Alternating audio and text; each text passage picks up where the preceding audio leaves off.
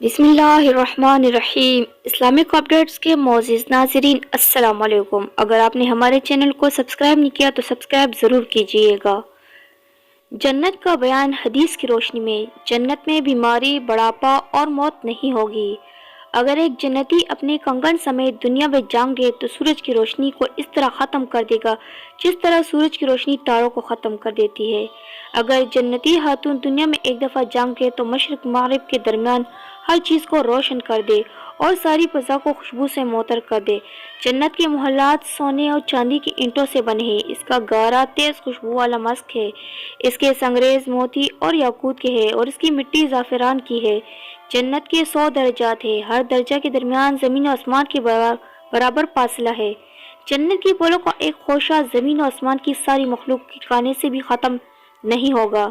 جنت میں ایک درخت کا سایہ اس قدر طویل ہوگا کہ اس کے سائے میں ایک گھوڑا سوار 100 سال تک چلتا رہے تب بھی سایہ ختم نہیں ہوگا۔